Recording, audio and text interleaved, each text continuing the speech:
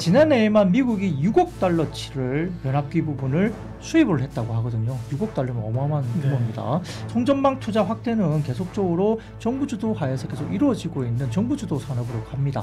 구조적인 성장이 한 10년 정도는 계속적으로 해야만이 전력 수요를 감당할 수 있는 인프라가 구축된다고 볼 수 있어서 효성중공업도 이제 미국에 법인이 있습니다. 그래서 HD 현대일렉트릭과 그다음에 효성중공업이 현지 생산으로 대응을 하면서 타격이 굉장히 좀 적을 것이다, 제한적일 것이다. 밸류만 놓고 본다면 전선과 전력 설비가 과연 뭐 설명이 안 되는 밸류에이션이다, 그러지는 절대 아닌 것 같고요. 뭐 산일전기 특히 최근에 고비주가 상향조정이 계속 이루어지면서 계속 계단식 상향이 되고 있는 상황이기 때문에 중소형주까지도 긍정적인 흐름들이 지속적으로 나올 가능성이 높다고 보고 있습니다.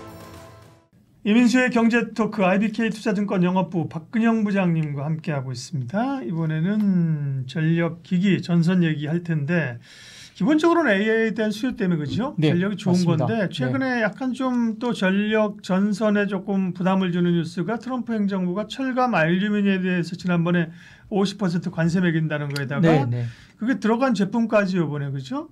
상품 파생 상품까지 확대한다고 하면서 이게 전선주도 그 범위에 그죠? 맞습니다. 전력 이 변압기 이런 것도 다 새로 만드니까 그죠? 맞습니다. 전력 전선기기도 그 영향이 받았는데요. 그거 어떻게 해석해야 될까요?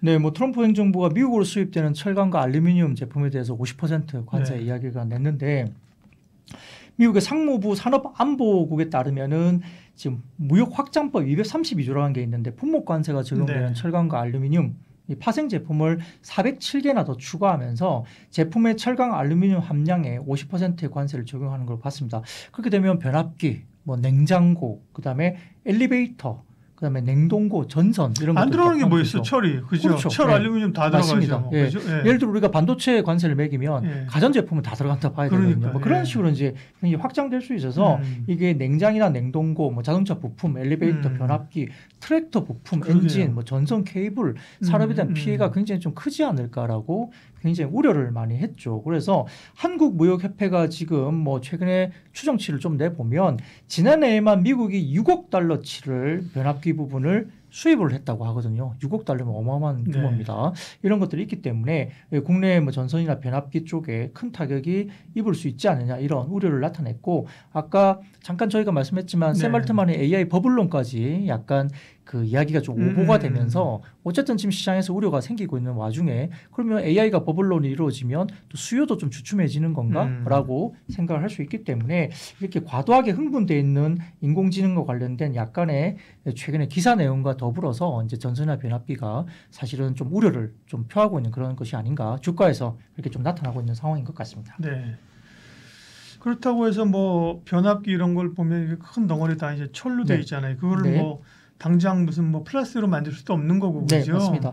그러면 범위를 좀 좁혀서 이 전력 기기 쪽에서의 그 지금 말씀드린 확장 관세 영향은 어떻게들 해석하려고 있나요? 네, 미국의 고압 변압기 기준이면 80% 정도가 미국에서는 수입을 한다고 합니다. 그러니까 자체적으로 뭔가 만들 수가 없는 상황이기 때문에 그 쇼티지 있는 상황이고 미국이 고압 변압기 80%를 이제 해외에서 수입해서 쓰는데 그 점유율이 한국산 점유율이 계속 올라가고 있는 상황이거든요. 그러다 보니까 관세는 결국은 전력 설비 가격에 인플레이션을 좀 유발하는 것이 아니라는 우려도 미국 내에서 있는 것 같습니다.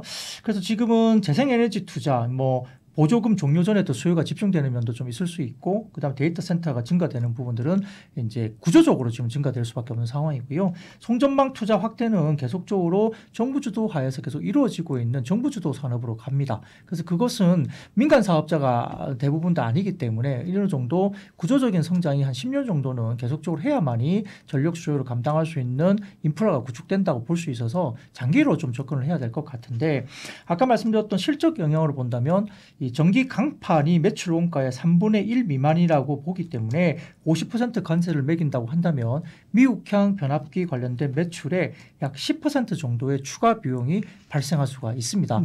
부담이 조금 된다는 건데요. 그렇게 되면 우리가 이제 이것을 각 업체들마다 평균적으로 이익에 그러면 어떻게 이게 반영이 될 것이냐 본다면 2026년 이익을 기준으로 했을 때 약 이익의 5% 정도의 감소 효과가 있을 수 있다고 봅니다. 근데 5%의 감소 효과가 나오는데 그럼 이것을 제휴사들이 다 떠안을 것이냐에 대한 부분은 또 다르죠. 왜냐하면 미국 같은 경우는 지금 이런 변압기라는 것도 쇼티지이기 때문에 결국은 수입하는 입장에서 가격 전가를 제휴사가 다 떠안지 않고 이 부분도 나누어서 가격 전가를 어느 정도 할 수 있는 그런 구조적인 위치에 있다고 보니까 5% 정도의 이익 감소를 제휴사가 뭐 절반 정도 가져가고 수입한 쪽도 절반 정도 가져간다면 실제 영향을 미치는 실적에 대한 영향은 그렇게 크지 않을 가능성이 높다고 평가하고 있습니다. 네.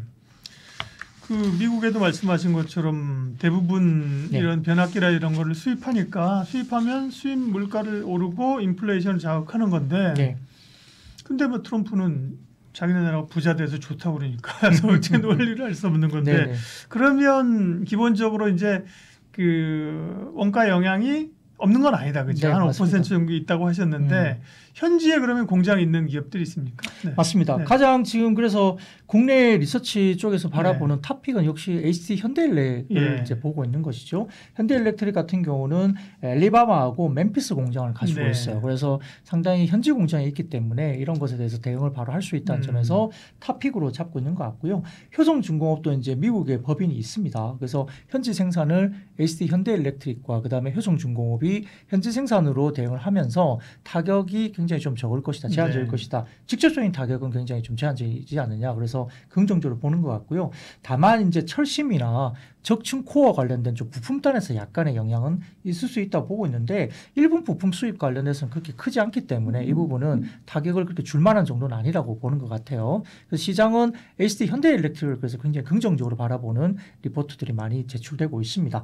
이제 관세 효과는 당장 뭐 조금 나타날 수 있겠지만은 25년, 26년 정도로 집중이 일단 단기적으로 초기에 관세 효과가 조금 더 이 부분을 영향을 미칠 수 있겠지만 아까 말씀드렸던 중장기적으로 결국은 이 부분 가격 전가를 제조업체들이 할 것이고 이 부분 때문에 27년 정도부터는 역시 신규 수주 가격, 그러니까 미리 수주해 놓은 가격에 대해서는 단가가 올라가기 때문에 약간의 스크래치가 일부 좀 나겠지만은 27년부터는 다시 단가 계약을 다시 하거든요. 그러니까 신규 수주 반영부터는 27년 정도부터는 점진적으로 가격을 올리면서 전가를 하면서 어떤 실적 부분이 정상화된다고 봤을 때는 실제적으로 그렇게 뭐 가격에 대한 타격을 받고 주가가 많이 빠져야 될 동의는 아니다라고 볼 수 있는 상황인 것 같습니다. 네. 기본적으로 이것도 우리가 AI 얘기한 것처럼 반도체 얘기하면서 AI 수요 얘기했는데 네. 또 AI나 전력에 대한 수요가 많으면 그죠? 가격 인상들을 다 반영할 수 있을 거고 네. 그죠? 네. 공급은 그다음에 수요가 줄거나 정체되게 되면 이제 사실은 또 업체 입장에서는 부담스러운 거잖아요. 맞습니다. 수급 동향은 어떤데요?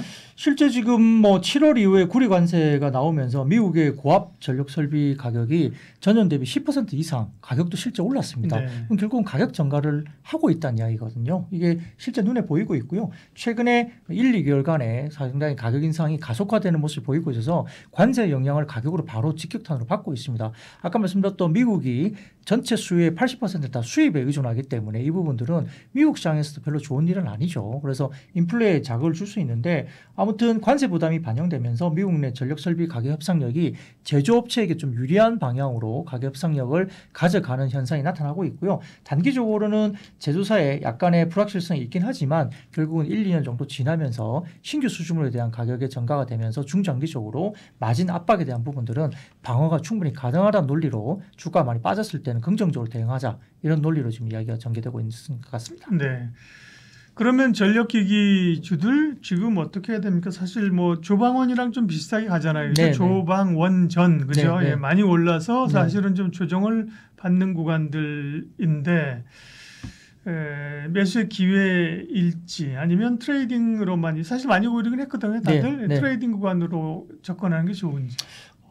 실제적으로 조방원보다는 전선과 전력기기가 좀 더 밸류에이션 측면에서는 합리적인 가격인 네. 것 같아요. 예를 들어서 방산업체 같은 경우는 LG 넥스원이 PER 40배가 넘어갔었고요. 네. 2분기 어닝 쇼크까지 나왔죠. 근데 우리가 방산 쪽을 본다면 로키드 마틴이 10배 중반 정도밖에 안 됩니다. 그러니까 글로벌 방산업체 대비 국내 방산업체가 과도하게 올랐다는 리포트가 나왔기도 했기 때문에 일부 방산업체들이랑 과도한 밸류에이션 부분이 역시나 지적이 받았고요. 그럼에도 불구하고 유럽 쪽에서 성장하는 그런 방산의 수요라든지 그다음에 GDP 대비 5%의 나토 기준이 이제 상향 조정된다는 점에서 기대감이 반영되고 있는 것이고요. 조선업종 같은 경우도 지금 PBR 기준으로 보면 6배 정도까지 올라왔거든요. 과거를 보면 한 10년 정도의 빅사이클을 놓고 조선업종들이 PBR 2배 이상 넘어가면 대부분 다 차익 실현이 나오면서 장기간의 하락 조정이 나왔던 경험이 있습니다. 그런데 지금 현재 PBR 기준 6배까지 조선주가 올라왔어요. 물론 마스가 프로젝트라는 부분이 있어서 기대감이 있기 때문에 그걸 땡겨온다 볼 수는 있지만 그럼에도 불구하고 조선업종도 상당히 좀 불편한 밸류에이션까지 올라와 있습니다. 그럼에도 불구하고 장이 잘 안 빠지죠. 그런 것들이 있어요. 원전도 마찬가지로 밸류 부분도 두산 에더빌리티가 사실 쉽지 않게 많이 올라왔습니다. 그렇기 때문에 밸류만 놓고 본다면 전선과 전력 설비가 과연 뭐 설명이 안 되는 밸류에이션이냐 그러지는 절대 아닌 것 같고요. 해외 쪽에 뭐 GE 보노바나 그다음에 이튼과 같은 미국 쪽의 전력 설비와 비교해서 뭐 20배 중반 뭐 이 정도 수준의 밸류가 받고 있는 상황에서 국내 전력기기나 이런 쪽도 비슷하게 10배 미만, 20배 미만, 20배 중반 이 정도까지 왔다 갔다 하고 있기 때문에 조방원에 비해서는 그렇게 밸류에이션 부담이 크지 않다고 저는 보이거든요. 그리고 경쟁력도 있는 상태이기 때문에 그런 부분에서는 합리적인 어떤 관세로 인한 주가 조정이 나온다면 지금 크게 뭐 두려워할 필요는 없다. 급락할 어떤 그런 부분보다는 오히려 중장기적인 성장성에 어떤 갖추어서 기본적인 부분에서는 좀 더 끌고 갈 수 있는 섹터로 볼 수 있겠습니다. 네. 그러면 전력기기 쪽의 대장주는 현대 일렉트릭이고요, 그죠? 그렇죠. 그다음에 효성중공업이 사실 부각이 쫙 돼서 100만 원 넘었었고, 맞습니다. 뭐 LS 이 정도 보는 거죠. 네네네. 사실 뭐 아까 말씀드렸던 미국 현지 공장을 가지고 있는 쪽에서는 뭐 HD 현대일렉트릭이 가장 뭐 유리한 국면에 졌기 때문에 시장에서는 탑표로 보고 있는데 효성중공업도 아까 말씀드렸던 미국 법인이 있습니다. 그래서 법인 관련된 어떤 직격적인 어떤 타격은 좀 제한적이다 부분에서 효성중공업도 좋고요. LS 일렉트릭은 워낙 LS 그룹 자체가 전선과 변압기 쪽에 특화되어 있는 부분입니다. 예를 들어서 뭐 헤이저 케이블이라든지 이런 것들이 LS 그룹 전체적으로 어떤 그런 쪽에 상당히 특화된 기업이기 때문에 주 LS와 더불어서 LS 그룹 전체적으로 상당히 좋은 분위기가 같이 따라가지 않을까 생각이 듭니다. 다만 이제 밸류에이션 부분에서는 시장에서는 아직까지 HD 현대일렉트릭을 좀 더 높게 평가를 하고 있기 때문에 그 부분들이 탑픽으로 잡히고 있다는 점. 다만 다른 종목들 예를 들어 중소형주 가운데서도 뭐 산일전기라든지 일진전기 이런 종목들도 실제 상당히 좋게 나오는 부분이라 뭐 산일전기 특히 최근에 목표주가 상향 조정이 계속 이루어지면서 계속 계단식 상향이 되고 있는 상황이기 때문에 중소형주까지도 긍정적인 흐름들이 지속적으로 나올 가능성이 높다고 보고 있습니다. 네. 전력기기야 뭐 기본적으로 실적의 안정성이 있기 때문에 괜찮고요. 마지막 질문으로 전선 관련주 같은 경우는 조금 또 좀 애매합니다. 뭐 탄력 있게 가는 것 같다가도 보면은 변동성도 좀 있고요. 그렇죠? 네. 아무래도 이제 큰 종목 중심으로 좀 수급이 쏠리는 부분도 있는 것 같아요. 뭐 개별 종목 중심의 시장이 또 아니었고 현재까지는 대형주 중심으로 충분히 끌고 가도 과거에는 대형주가 별로 이제 무거워서 못 간다는 시장이었지만 최근에 보면 오히려 큰 대형주가 시세를 뿜어내는 그런 시장이 되고 있죠. 그러다 보니까 아무래도 현대일렉트릭 같은 탑픽이 있으면 거기에 자금들이 또 쏠리기도 하고 또 거기에 따라서 순환매가 키 맞추기가 되면서 효성중공업이나 LS일렉트릭도 같이 따라가는 모습이 역시 나타났습니다. 그런 것들이 있는데 이제 금리 인하기로 접어들면 결국은 이제 개별 종목장이 좀 될 수 있지 않느냐. 미국 시장에서도 일부 글로벌 IB들이 금리 인하 시기로 본격적으로 접어들면서 이제는 밈 주식을 사라. 개별 종목 그러니까 최근에 보면 러셀 2000의 변동성이 굉장히 크게 나타나고 지난 주말에도 러셀 2000이 거의 3-4% 급등하는 모습도 보이고 있어서 개별 종목장으로 이제 미국장도 조금은 흘러가는 모습이 살짝 나타나기 시작했습니다. 물론 연속성은 좀 봐야 되겠지만 지금 금리 인하기로 접어든다는 점에서 종목장으로 가는 구간이면 아무래도 전선이라든지 일진전기, 산일전기 이런 종목들도 좀 주목을 받을 수 있는 그런 환경이 될 수도 있다. 이렇게 기대감을 좀 가져볼 수 있겠습니다. 우리도 코스닥이 며칠 강하잖아요. 그죠? 종목 장세. 그러니까 기본적인 대형주 장세에서는 말씀하신 그 큰 기업들, 대기업 그룹들이 좋고 그죠? 이게 장이 중소형주로 간다고 하면 관련된 그 중소형주사들도 사실은 일정 부분 기회는 있다, 가능성이 맞습니다. 있다. 그죠? 광산 같은 경우도 뭐 예를 들어서 뭐 S&T 다이맥스라든지 이런 종목들 그죠? 그러니까 생각보다 큰 종목들도 있긴 하겠지만 뭐 올해 상반기까지만 해도 뭐 현대로템이라든지 상당히 많이 오른 종목들이 있지 않습니까? 대형주도 충분히 주가에 대한 수익을 줬는데 그런 것들이 좀 주춤해지면서 금리 인하기로 접어들고 이제 S&T 다이나믹스라든지 뭐 다른 중소형주들이 상당히 각광을 받으면서 지금 올라오는 종목들이 보이고 있고 IT 부분도 마찬가지로 지금 소부장들의 움직임들이 상당히 좋은 모습들이 보이거든요. 있거든요. 폴더블 관련해서도 마찬가지고 이제 삼성전자는 하이닉스가 움직인다기보다는 이런 소부장들 그리고 IT 부품들 폴더블 관련해서 종목들이 움직인다는 점도 개별 종목단에 뭐 어떤 모멘텀을 갖고 있는 섹터들은 상당히 좀 똘똘한 중소형주들을 이제는 조금은 선별해서 좀 주목할 필요 있는 시기다 이렇게 말씀드리겠습니다. 그러니까요. MNC 솔루션도 그렇고 그죠? 네, 이런 기업들도 약간 중소형 장세로 가면서 이슈가 있습니다. 전력과 전선, 그죠? 설비 이런 쪽에 여전히 기회가 있다. IBK 투자증권 영업부 박근영 부장님과 말씀 나눴습니다. 고맙습니다. 네, 감사합니다.